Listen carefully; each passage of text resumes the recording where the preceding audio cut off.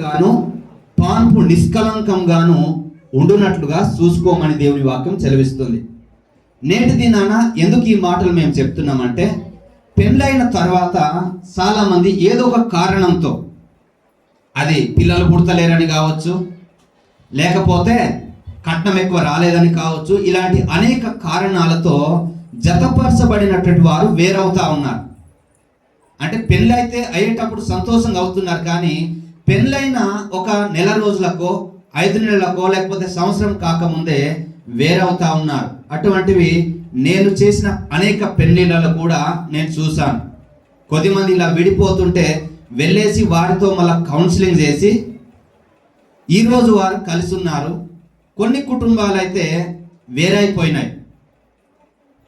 పెళ్ళైనటువంటి 10 రోజులకే వారు వేరైపోయి ఇప్పుడు మరలా ఇంకొకరిని పెళ్లి చేసుకొని, కొద్దిమంది పెళ్లి కాకుండా ఉన్నారు, కొద్దిమంది ఇంకొకరిని పెళ్లి చేసుకొని తమ జీవితంలో వారు కొనసాగుతున్నారు. అయితే పెళ్లి అనేది జీవితంలో ఒక్కసారి జరగాలి, అది ఒకరితోనే జరగాలి, చచ్చేంత వరకు కలిసే ఉండాలి, ఏ కారణంతో కూడా విడిపోకూడదు. పిల్లలు పుట్టినా పుట్టకపోయినా, అనారోగ్యం వచ్చినా రాకపోయినా, కష్టము సుఖము దుఃఖము ఏ పరిస్థితి వచ్చినా పెళ్ళైనటువంటి వారు తాము బ్రతికినంత కాలము, భర్తనో భార్యనో చనిపోయిన తర్వాత ఇంకొకటి చేసుకుంటే చేసుకోవచ్చు, కానీ బతికినంత కాలము, తాము ఈ భూమి మీద ఉన్నంత కాలము వారు ఎడబాసి ఉండకూడదు. ఒకవేళ అలా వేరై బతుకున్నప్పుడే భర్తను వదిలి భార్యను వదిలి భర్త అయినా భార్య అయినా ఇంకోరిని చేసుకుంటే దేవుని వాక్యం ఏం చెప్తున్నాడు? అది వ్యభిచారము అంటుంది.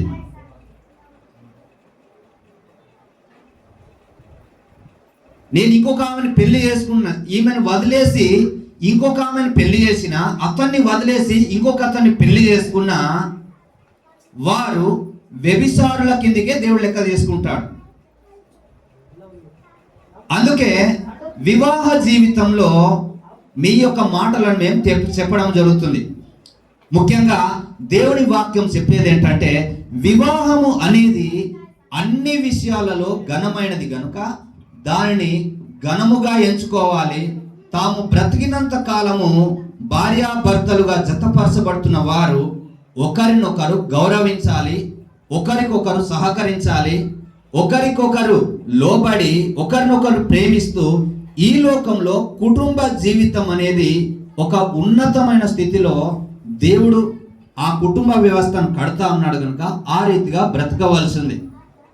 కానీ నేటి దినంలో సమాజంలో మనం గమనించినప్పుడు పెళ్ళైన తర్వాత భర్త భార్యను కొట్టడము, లేకపోతే భార్య తన భర్త మీద తిరుగుబాటు చేయడము, ఇటువంటివి అనేకము జరుగుతూ ఉన్నాయి.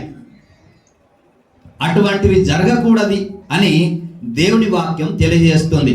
మత్తయి సువార్త, దేవుని లేఖనాల నుండి మత్తయి సువార్త 19వ అధ్యాయం.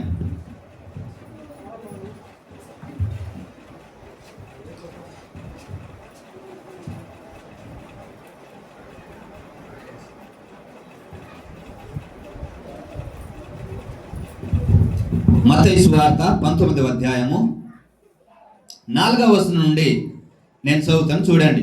3-4. పరిసయ్యులు ఆయనను శోధింపవలనని ఆయన వద్దకు వచ్చి, ఏ హేతువు చేతనైనను పురుషుడు తన భార్యను విడనాడుట న్యాయమా అని అడగగా, ఆయన సృజించిన వాడు ఆది నుండి వారిని పురుషునిగాను స్త్రీనిగాను సృజించిననియు, ఇందు నిమిత్తం పురుషుడు తల్లిదండ్రులను విడిచి తన భార్యను అత్తుకొనును, వారిద్దరూ ఏక శరీరంగా ఉందురని చెప్పిననియు మీరు చదవలేదా? ఒకసారి ఒక మాటను మరాఠీలో పాస్టర్ గారు చదువుతారు.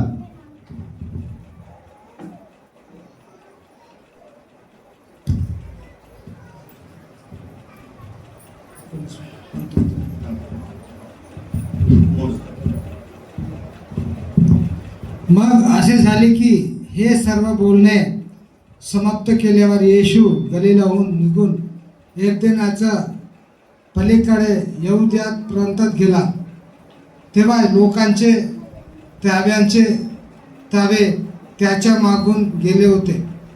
त्याने तिथं भरी केले. मग परुषी तिथं आले आणि त्यांच्या परीक्षा पाहण्यासाठी उद्देशाने म्हणले, कोणत्या कारणावरून बायकोला टाकणे शास्त्रात आहे काय? त्याने उत्तर दिले, तुम्ही वाचले नाही काय? उत्पन्न करताना सुरुवातीला नार व नारी असे तो निर्माण केले. ధన్యవాదాలు. ధన్యవాదాలు. ఈ లేఖన భాగంలో కొద్దిమంది యేసు ప్రభు వారిని అడుగుతా ఉన్నారు. ఏమని అడుగుతున్నారంటే, ఏ కారణం చొప్పునైనా ఏదైనా ఒక కారణం చెప్పి భర్త తన భార్యను విడనాడటం న్యాయమా అని యేసు ప్రభు వారిని అక్కడ ఉన్నటువంటి పరిచయులు అడుగుతా ఉన్నారు. ఆ సమయంలో యేసు ప్రభు వారు ఏం తెలియజేస్తున్నారంటే, సృజించినటువంటి వాడు అనగా దేవుడు మనిషిని సృజించినప్పుడు స్త్రీని గాను పురుషుని గాను సృజించెను. ఆది కాండంలో మనం చూస్తాం, దేవుడు తన స్వరూపమందు తన పోలిక చొప్పున నరుని సృజించెను, స్త్రీని గాను పురుషుని గాను సృజించెను. కనుక దేవుడు వారిని స్త్రీనిగా పురుషునిగా సృజించాడు కనుక ఈ కారణాన్ని బట్టి పురుషుడు తన తల్లిదండ్రులను వదిలి తన భార్యను అత్తుకుంటాడు. వారిక మీదట ఇద్దరుగా కాక ఏక శరీరమై ఉంటారు. అంటే ఈ కుటుంబం అనేది దేవుని యొక్క ఏర్పాటు చొప్పున నిర్ణయించబడింది కనుక వారు ఇక మీదట ఇద్దరు కాదు ఒక్కరే అని చెప్తా ఉన్నాడు. ఎందుకనగా దేవుడు నరుని సృజించి అతని పక్కలో నుండి ఒక ఎముకను తీసి స్త్రీనిగా నిర్మించి ఆ యొక్క పురుషుని దగ్గరకు తీసుకుని రావడం జరిగింది. అప్పుడు పురుషుడు ఆదాము ఆ స్త్రీని చూసి, నా ఎముకలో నుండి తీయబడినది కనుక, నా మాంసంలో ఒక మాంసం కనుక ఈమె నారి అనబడునని చెప్పేసి తన యొద్దకు ప్రభువు తీసుకొచ్చినటువంటి ఆ స్త్రీని గురించి మాట్లాడతాడు. అనగా సృజించినటువంటి దేవుడు, సృష్టికర్త అయినటువంటి దేవుడు వారిని స్త్రీని గాను పురుషుని గాను చేశాడు. ఇందును బట్టి వారికి వివాహమైన తర్వాత పురుషుడు తన యొక్క భార్యను అత్తుకుంటాడు. వారిక మీదట ఇద్దరు కాదు ఏక శరీరమై ఉంటా ఉన్నారు. అయితే ఇలా ఏక శరీరమైనటువంటి వీరి జీవితంలో, పెళ్ళైనటువంటి వారి జీవితంలో వారి వారి విధులు ఏంటనేవి నేను చెప్పేసి వివాహ కార్యక్రమం ముందుకు వెళ్తాను. మొదటిగా మనం గమనించినప్పుడు భర్తగా తన భార్య పట్ల ఉండవలసిన విధులు ఏంటంటే, తన భార్యను ప్రేమించాలి. తన భార్యను ప్రేమించాలి. ఎలా ప్రేమించాలంటే, తనను ఎలా ప్రేమిస్తాడో అలా ప్రేమించాలి. మన శరీరాన్ని ఎవరైనా గాయపరుచుకుంటామా? మీ శరీరాన్ని మీరు ఎప్పుడైనా పొడుచుకున్నారా, కొట్టుకున్నారా? ఎవరు కూడా కొట్టుకోం, ఎవరు కూడా గాయపరుచుకోం. అలాగే తన భార్యను కూడా తన శరీరాన్ని ఎలా ప్రేమిస్తాడో అలాగే తన భార్యను కూడా అతను ప్రేమించాలి. ఇది భర్తగా తన భార్యను తాను దేవుడు తనకిచ్చినటువంటి బహుమానాన్ని ఆ రీతిగా ప్రేమించాలి. అలాగే తన యొక్క భార్యను తన శరీరాన్ని ఎలాగైతే పోషిస్తున్నాడో అలాగే తన భార్యను కూడా పోషించాలి. భర్త యొక్క విధులు ఏంటంటే, పెళ్ళైన తర్వాత నీ బ్రతుకు నువ్వు బ్రతుకు, నా బ్రతుకు నేను బ్రతుకుతాను కాదు. తన భార్యను పోషించడము, ప్రేమించడము. ఆమె ఈ శరీర సంబంధమైన కోరికలు ఉంటాయి, మానవాళికి సహజ కోరికలు అంటూ ఉంటాయి. ఆ కోరికలు తన భార్య యొక్క కోరికలను తీర్చే వ్యక్తిగా భర్త ఉండాలి. అంటే భర్త యొక్క విధులు దేవుడు ఇక్కడ తెలియజేసింది ఏంటంటే, తన భార్యను ప్రేమించాలి. ఎలా ప్రేమించాలంటే, తనను తాను ఎలాగైతే ప్రేమిస్తాడో అలాగే ప్రేమించాలి. అలాగే తన భార్యను పోషించాలి. తన శరీరం ఆకలైతే ఎలాగైతే ఆహారం పెడుతున్నాడో, తనకు వస్త్రాలు కావలిస్తే ఎలాగైతే వస్త్రాలు, అంటే తన శరీరానికి ఏవేవైతే కావాలో అలా ఎలాగైతే చూసుకుంటున్నాడో అలాగే తన భార్య విషయంలో కూడా భర్త పోషించే విషయంలో, ప్రేమించే విషయంలో తన బాధ్యతను నెరవేర్చాలి. దేవుని వాక్యం ఏం తెలియజేస్తుందంటే, ఒకడు తన యొక్క కుటుంబాన్ని సరిగా చూసుకోకపోతే వాడు అవిశ్వాసిగా ఉంటాడు, లేకపోతే అవిశ్వాసి కిందికి వస్తాడు అన్నాడు. కనుక దేవుని యొక్క ఆజ్ఞ ప్రకారం, దేవుడిచ్చిన సెలవిచ్చినటువంటి పద్ధతి ప్రకారము భర్త అనేటువంటి వ్యక్తి తన భార్యను ప్రేమించాలి, తన భార్యను పోషించాలి, తన భార్య ద్వారా దేవుడిచ్చేటువంటి కుటుంబాన్ని క్రమంలో పెంచాలి. పెళ్ళైన తర్వాత వారికి పిల్లలు పుడతారు. ఈరోజు ఇక్కడ పెళ్ళైనటువంటి చాలా మంది ఉన్నాం.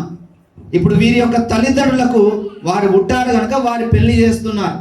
అలాగే పెళ్ళైన తర్వాత వారికి కూడా పిల్లలు పుడతారు. ఆ పిల్లలను దేవుని యొక్క భయభక్తుల్లో పెంచాలి. భయభక్తులు అనగా మనిషిని మనిషిగా చూడాలి. ఏ మనిషి కూడా తోటి మనిషిని ద్వేషించకూడదు, చంపకూడదు. కానీ నేటి దినాన మనం గమనించినప్పుడు ఒకరినొకరు చంపుకుంటున్నారు, ఒకరినొకరు దూషిస్తున్నారు.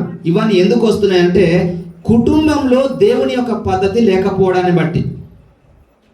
కనుక పిల్లలకు నడవవలసినటువంటి మార్గాన్ని బోధించేటువంటి బాధ్యత, చెప్పే బాధ్యత ఎవరిదంటే తల్లిదండ్రుల మీద ఉంది. ఆ బాధ్యత మొట్టమొదట పురుషుడు తీసుకోవాలి. ఎందుకు పురుషుడు తీసుకోవాలంటే ఈ కుటుంబానికి యజమాని, ఈ శరీరానికి తలకాయ ఉంది చూడండి.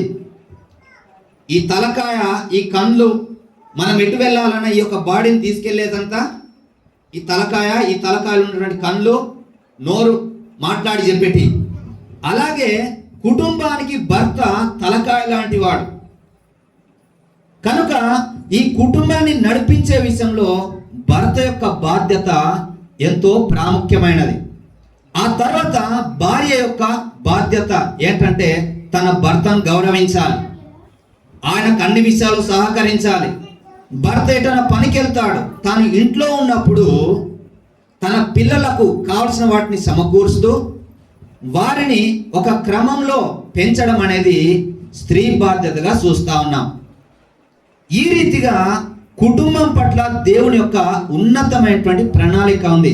ఇవన్నీ చూపెట్టడానికి లేఖనాలు అనేక భాగాలు ఉన్నాయి. కానీ మనం వచ్చిందే ఆలస్యమైంది కనుక ఇప్పటికి దాదాపు 2 దాటింది అనుకుంటున్నా. ఇవన్నీ చెప్పుకుంటూ వెళ్తే సమయం అనేది ముందుకు వెళ్ళిపోతుంది, మనకు ఆకలి అవుతుంటుంది. కనుక మిగతా విషయాలు నేను చెప్పడం లేదు. అయితే వారి బాధ్యతలను వారు నిర్వర్తిస్తూనే భార్య భర్తలైనటువంటి వారు రేపటి దినాన పెళ్లికి సిద్ధపడేటువంటి వారు కూడా ఈ విషయాలను గుర్తెరగాలి. నేటి దినాన చాలా మంది పెళ్లి చేసుకోవడానికి అందరు చేసుకుంటున్నారు కనుక చేసుకుంటాము, కేవలం శరీర కోరికలు. కొద్దిమంది నాకు పెళ్ళి అవుతుంది, ఎందుకు నేను చేసుకున్నానంటే నాకు వంట చేసి పెట్టడానికి ఒక ఆమె కావాలి, నా బట్టలు ఉతకడానికి ఒక ఆమె కావాలి అని అనుకుంటారు. కాదు కాదు, తన యొక్క కుటుంబాన్ని కట్టడానికి, తన యొక్క ఈ లోకంలో దేవుని యొక్క చిత్తాన్ని నెరవేర్చడానికి ఈ పెళ్లి అనేది జరుగుతుంది.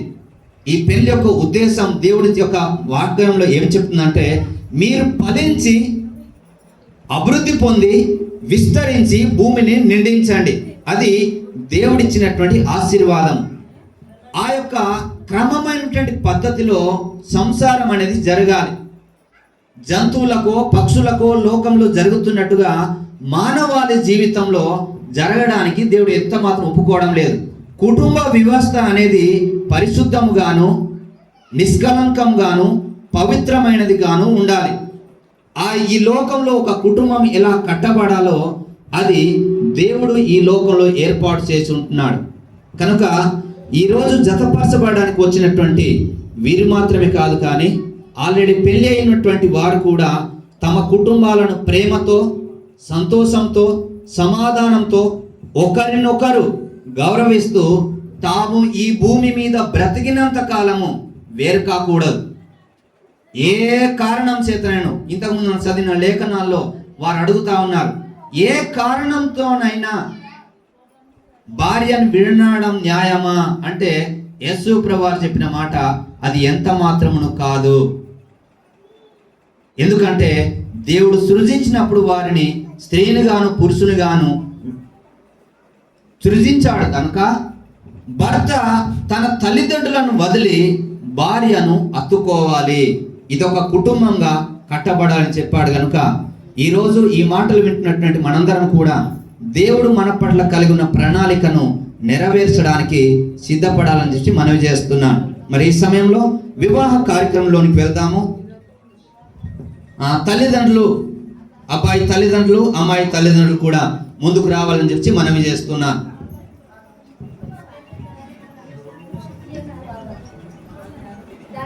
ఉన్నారండి? అబ్బాయి తల్లిదండ్రులు, అమ్మాయి తల్లిదండ్రులు.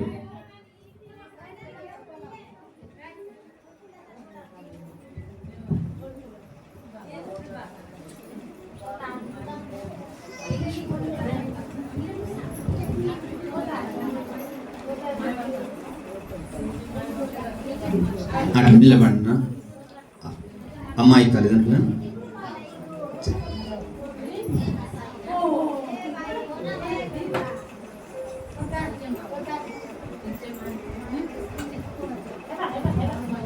అమ్మాయి తల్లి, అబ్బాయి తండ్రి.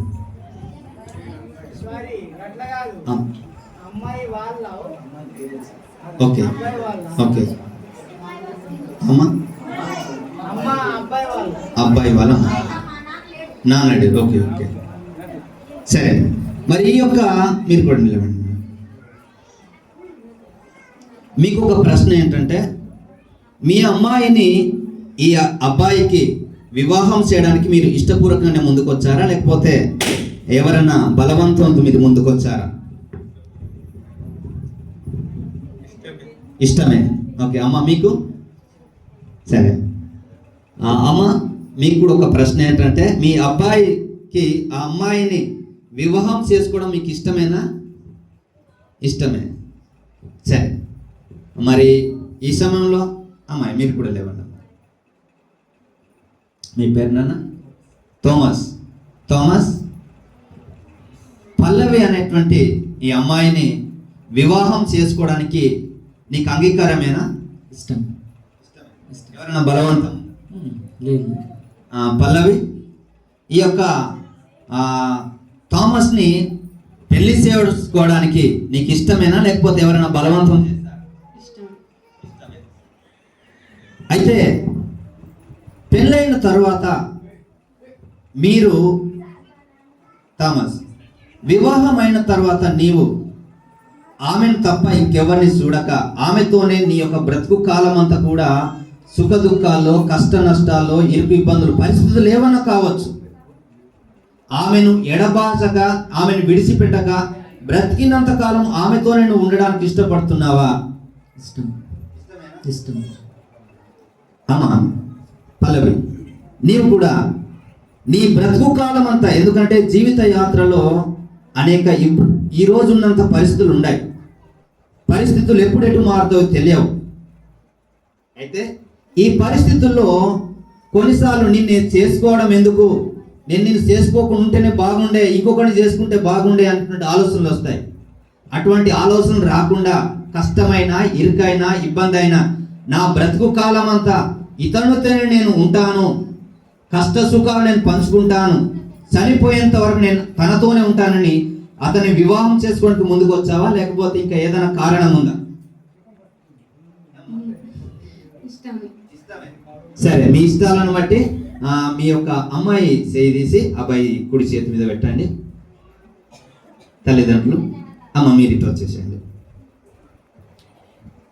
ఏదైనా ఫోటో తీసుకునేవారు ఒకరు, అమ్మ ఇటు వచ్చేసేయండి. అమ్మ యొక్క కుడి తీసి అబ్బాయి యొక్క కుడి చేతిలో పెట్టండి. లేదు, అది తీసేయండి.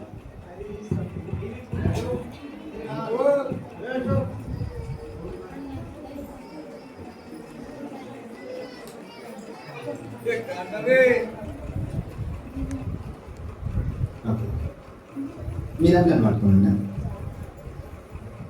మీరు సరే, మీ యొక్క ఇష్టాలను మీరు తెలియజేసి ఒకసారి ఆమె వేలు తీస్తారా? ఆమెనైనా ఇంకా పైకి పల్లవినైనా ఇంకా ఎవరైనా ఉన్నారా? పల్లవేనా? ఎందుకు అడుగుతున్నా అంటే, బైబిల్ ఒక అతను ఇట్లానే కొలువు చేశాడు 7 సంవత్సరాలు. ఎవరి కొరకు అంటే భార్య కొరకు. కానీ పెళ్ళయ్యే రోజు ఏం జరిగిన సంఘటన ఏంటంటే, వాళ్ళ మామ ఎవరినైతే ఒప్పుకొని కొలువు చేయించాడో, ఒకటి కాదు 7 సంవత్సరాలు కొలువు చేసిన తర్వాత పెళ్లి చేసే సమయానికి తాను ఒప్పుకున్నటువంటి తన కుమార్తెని కాకుండా పెద్ద కుమార్తెని తీసుకొచ్చి ఇచ్చాడు. తెల్లారి లేచినాక మామ దగ్గర గురుకుంటూ వచ్చాడు. తను వచ్చి అంటున్నాడు, కొలువు చేస్తే నువ్వు నాకు పెద్ద కుమార్తెని ఇచ్చినాడు, మోసం చేస్తావేంటి అని చెప్పేసి లబోదిబో మొత్తుకున్నాడు. అప్పటికి అయిపోయింది. మొత్తుకుంటే ఎటువంటి ప్రయోజనము లేదు. అందుకే సరే, ఈ సమయం ముందు విశ్వాస జీవితంలో, క్రైస్తవ జీవితంలో ప్రాముఖ్యమైనవి ప్రమాణాలు. మాట ఇవ్వడం, ఒట్టు పెట్టుకుంటారంటారు చూడండి, అదే ప్రాముఖ్యమైనది. అదే హిందూ వివాహ వ్యవస్థలు అయితే తాళి ప్రాముఖ్యమైనది. గమనించండి, ఈ మన హిందూ సహోదరులు లేకపోతే హిందూ వివాహ వ్యవస్థలో తాళి అనేది అత్యంత ప్రాముఖ్యమైనది. క్రైస్తవ వివాహంలో తాళి కన్నా ఒకరికి ఒకరు చేసే ప్రమాణాలంటివి అత్యంత ప్రాముఖ్యమైనవి. ఎందుకంటే ఈ వస్తువులు ఏవైతే ఉంటాయో అవసరం ఉన్నప్పుడు వాటిని అమ్ముతారు, కానీ మాట నమ్మడానికి లేదు. ఆ మాటలు తాము బ్రతికినంత కాలము నిలబెట్టవలసినటువంటి వారై ఉన్నారు. కనుక ఈ సమయం అందు థామస్ తనను చూసుకుంటే నువ్వు చెప్పాలి, ఎందుకంటే ఆమెతో నువ్వు ప్రమాణం చేస్తున్నావు. చేయి పట్టుకో, ఇప్పుడు చేయకండి. రైట్, ఒక చేతితో మైక్ పట్టండి. నేను చెప్పేటువంటి మాటలు ఆయనతో చెప్పండి. థామస్ అను నేను, పల్లవి అను నిన్ను ఆమెను చూసుకుంటా చెప్పాలి. ఎందుకంటే అమ్మ నువ్వు కూడా జాగ్రత్త వినాలా, చూడాలా. రేపటి దినాన ఏదైనా థామస్ చేశాడు అనుకో, ఆ రోజు నువ్వు మాట ఇచ్చావు కదా దేవుని ఎదుట, దేవుని సంఘంలో సేవకులు ఎదుట, ఇదిగో మా అని చెప్పేసి సాక్షులుగా మనల్ని పిలవలసి ఉంటుంది. కనుక అతను చెప్పిన మాటలు విను, ఒకరినొకరు చూసుకుంటా. మీరు తనతో ప్రమాణం చేస్తున్నావు కనుక నువ్వు తనను చూసుకుంటా చెప్పాలి. థామస్ అను నేను, పల్లవి అను నిన్ను నా భార్యనుగా స్వీకరించి ఇది మొదలుకొని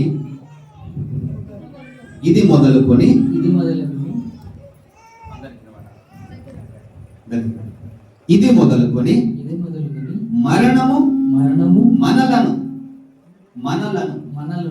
ఎడబాపు వరకు దేవుని పరిశుద్ధ నియమము చొప్పున మేలుకైనను కీడుకైనను కలిమియందును లేమియందును వ్యాధియందును ఆరోగ్యమందును నిన్ను ప్రేమించి సంరక్షించి నా జీవిత కాలమంతయు నీ ఎడల నమ్మకముగా ఉండునని దేవుని ఎదుటను పెద్దల ఎదుటను సంఘం ఎదుటను బంధుమిత్రుల ఎదుటను దేవుని పేరట నీకు ప్రమాణము చేస్తున్నాను.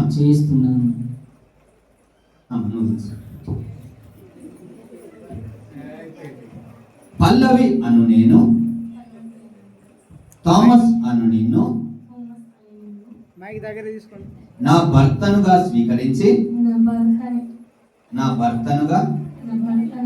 స్వీకరించి ఇది మొదలుకొని మరణము మనలను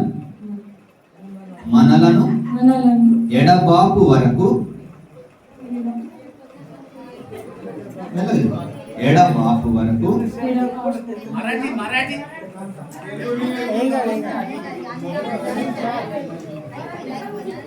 దేవుని పరిశుద్ధ నియమము చొప్పున మేలుకైనను కీడుకైనను కలిమి అందును లేమి అందును వ్యాధి అందును ఆరోగ్యమందును మీకు లోబడి ప్రేమించి సంరక్షించి నా జీవిత కాలమంతా నీ ఎదుట నమ్మకముగా ఉందునని దేవుని ఎదుట బంధువుల ఎదుట సంఘం ఎదుట ప్రమాణము చేయిస్తున్నాను. దేవుడు మీ ప్రమాణములను విని ఉంటా ఉన్నాడు. కనుక ఈ సమయమందు ఒకరినొకరు గౌరవిస్తూ మీ యొక్క ఈ పూలదండలు ధరింపజేయాలని మనవి చేస్తా ఉన్నాం. పాస్టర్ గారు ఒకసారి ప్రార్థన చేయండి. అలాగే ఆభరణాలు కూడా ఉంటే తీసుకురండి. ఆభరణాలు ఏమైనా తెచ్చారా?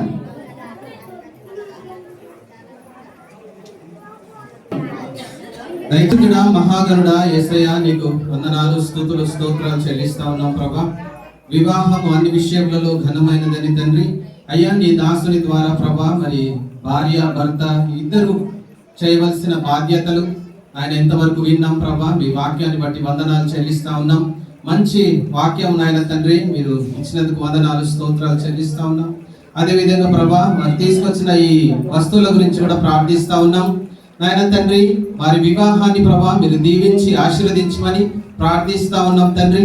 అయ్యా ఆఖరి వరకు కూడా ప్రభా ఒకరినొకరు విడివకుండా ప్రభా ఆఖరి వరకు తండ్రి జీవించే కృపను దయచేయమని ప్రార్థిస్తున్నాం. వారి దాంపత్య జీవితాన్ని దీవించి ఆశీర్వదించి మహిమ ఘనత ప్రభావాలు మీరు పొందుకోమని కుటుంబాన్ని నీ చేతికి సమర్పిస్తూ యేసు నామములో ప్రార్థిస్తున్నాం పరమ తండ్రి, ఆమేన్.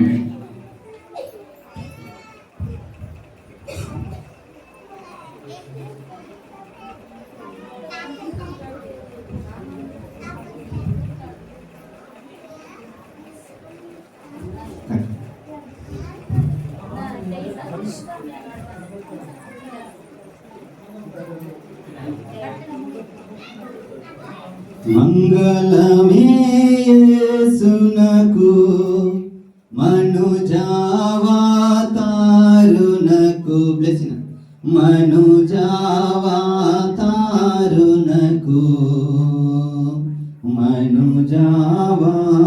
మనుజావతారునకు శృంగారా ప్రభువునకు శృంగారా ప్రభువునకు క్షేమాధిపతికి మంగళమే మంగళమే యేసునకు మనుజావతారునకు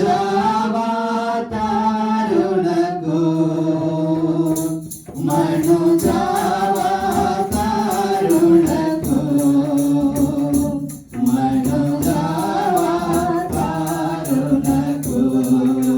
మంగళమే యేసునకు మనుజావతారునకు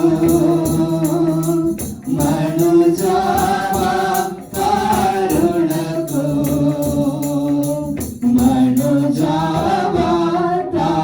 మనుజావతారునకు శృంగారా ప్రభువునకు శృంగారా ప్రభువునకు.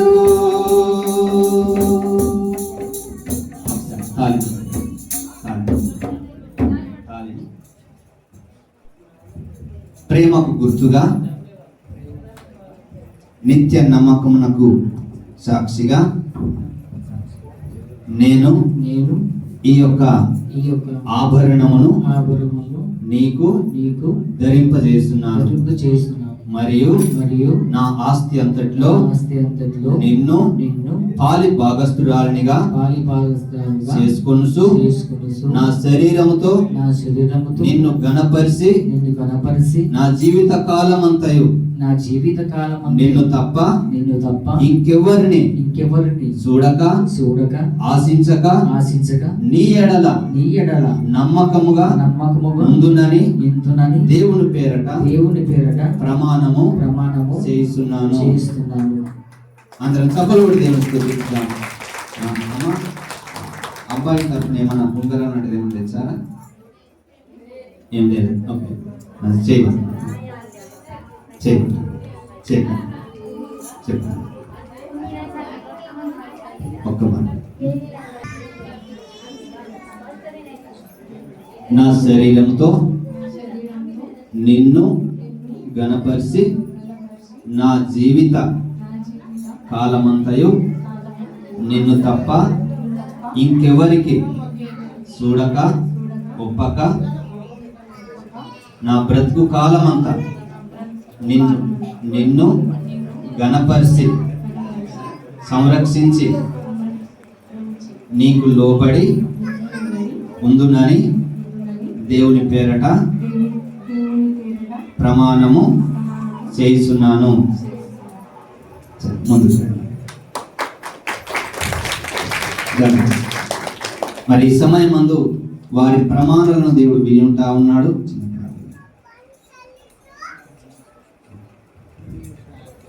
बराबर प्रार्थना करूया.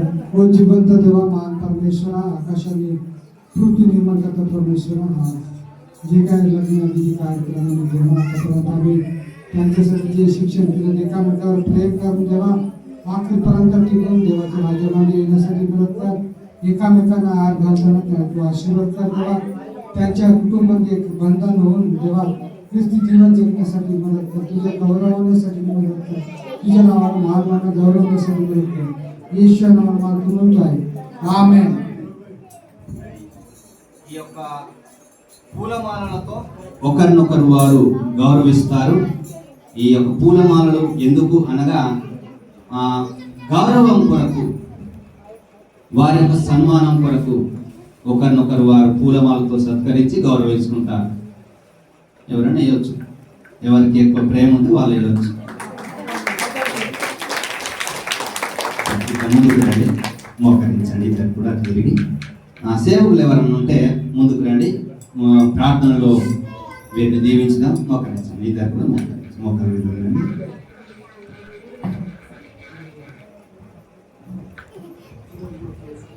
ఇద్దరు చేతులు ఇంతకుముందు సేకరించారు కదా.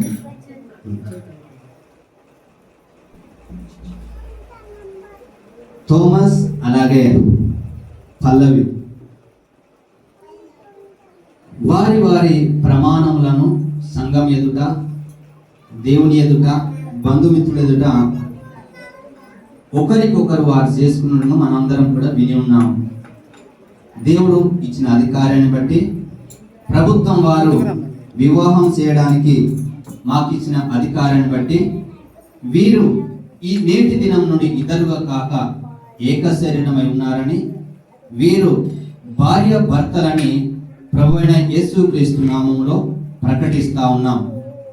దేవుడు జతపరిచినటువంటి వీరిని ఏ మనుషుడు కూడా వేరు చేయకూడదు. తల్లిదండ్రులే కావచ్చు, బంధుమిత్రులే కావచ్చు, ఏమైనా సమస్యలు వచ్చినప్పుడు ఆ సమస్యను పరిష్కరించాలి, కానీ వీరిని విడగొట్టకూడదు.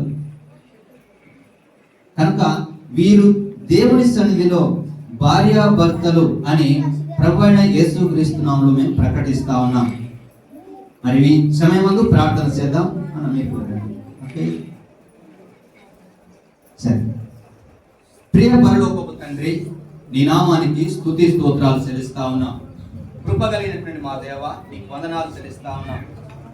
ప్రత్యేకించి ప్రభా, ఇదిగో నరుడు ఒంటరిగా ఉండుట మంచిది కాదు అని వాని కొరకు సాటి అయిన సహాయము చేస్తుందని చెప్పి తండ్రి, పరిశుద్ధ వివాహం ద్వారా జతపరిచినటువంటి వీరి కొరకు నీ వాక్యమును అనుసరించి తమ గృహస్థ జీవితమును కొనసాగించడానికి వీరికి నీ కృపను అనుగ్రహించమని ప్రార్థిస్తున్నాం. వీరు ఒకరి ఎడల ఒకరు నమ్మకము, నిజమైన ప్రేమను కలిగి జీవించినట్లు వీరిని నీవు బలపరచుమని ప్రార్థిస్తున్నాం. జీవితంలో ఎదురయ్యే ప్రతి శ్రమల యందును, శోధన యందును వీరిని కాసి కాపాడమని, నీ యందు విశ్వాసమును, పరిశుద్ధతను, సహవాసమును, ఒకరి ఎడల ఒకరు ప్రేమ, నమ్మకంతో కూడినటువంటి పరమారిక కలిగి తమ జీవిత యాత్రను కొనసాగించి అందును బట్టి నీ పరమ ఆశీర్వాదములు, నీ దీవెనలు పొందుకున్నట్లుగా తండ్రి చక్కటి కుటుంబంగా వర్ధిల్లడానికి సహాయం చేయమని ప్రార్థన చేస్తున్నాం. ఇదిగో ఈ కుటుంబము తమ బ్రతుకు కాలం అంతయు నీకు సాక్షులుగాను వీరు జీవించినట్లు వీరికి మీరే యజమానుడిగా ఉండి పరిపాలన చేయవలసిందిగా ప్రార్థిస్తూ ఈ కుటుంబాన్ని దీవిస్తూ ఆశీర్వదిస్తూ మా ప్రభువును రక్షకునైన యేసుక్రీస్తు కృప దయ అనుగ్రహించుమని యేసు నామములో ప్రార్థించి స్తుతించి వేడుకొనుచున్నాము తండ్రి. ఆమేన్, ఆమేన్, ఆమేన్. మరి ఈ సమయంలో ఒకవేళ మీరు ఇంకా దీవించాలనుకున్నటువంటి వారు ఇక్కడికి వచ్చేసి మీరు వాటిని దీవించవచ్చు.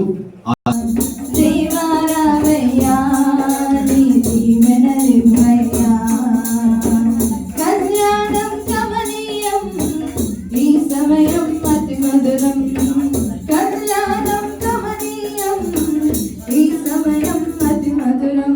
దేవారామయ్యా నీ దీవెనలివ్వయ్యా, దేవారామయ్యా నీ దీవెనలివ్వయ్యా. ఈ దినవనమున యెహోవా దేవా మొదటి వివాహము చేసితివి. ఈ దినవనమున యెహోవా దేవా మొదటి వివాహము చేసితివి. ఈ శుభ దినమున నవదంపతులను, ఈ శుభ దినమున నవదంపతులను నీ దీవెనలతో నింపుమయా. దేవారామయ్యా నీ దీవెనలివ్వయ్యా, దేవారామయ్యా నీ దీవెనలివ్వయ్యా. కళ్యాణం కమనీయం ఈ సమయం అతి మధురం, కళ్యాణం కమనీయం ఈ సమయం అతి మధురం. విందులో అక్కడ నెరిగి నీళ్లను రసముగా మార్చితివి. విందులో అక్కడ నెరిగి నీళ్లను రసముగా మార్చితివి. కష్టములలో నీవే అండగా ఉండి, కష్టములలో నీవే అండగా ఉండి, కొరతలు తీర్చి నడుపుమయా. దేవారామయ్యా నీ దీవెనలివ్వయ్యా, దేవారామయ్యా నీ దీవెనలివ్వయ్యా. కళ్యాణం కమనీయం ఈ సమయం అతి మధురం, కళ్యాణం కమనీయం ఈ సమయం అతి మధురం. బుద్ధియు జ్ఞానము సంపదలన్నీయు యుక్తమయున్నవి నీ యందే. బుద్ధియు జ్ఞానము సంపదలన్నీయు గుప్తమయున్నవి నీ యందే. ఇహ పర సుఖములు మెండుగా నొసగి, ఇహ పర సుఖములు మెండుగా నొసగి, ఇలవర్ధిల్లగా చేయుమయా. దేవారామయ్యా నీ దీవెనలివ్వయ్యా, దేవారామయ్యా నీ దీవెనలివ్వయ్యా. కళ్యాణం కమనీయం ఈ సమయం అతి మధురం, కళ్యాణం కమనీయం ఈ సమయం అతి మధురం. దేవారామయ్యా నీ దీవెనలివ్వయ్యా, దేవారామయ్యా నీ దీవెనలివ్వయ్యా. హల్లెలూయా.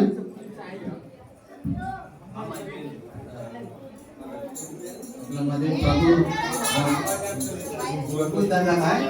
वोट ऑफ थँक्स सांगते, सगळ्याला धन्यवाद म्हणून सांगते एक गोष्ट सांगते.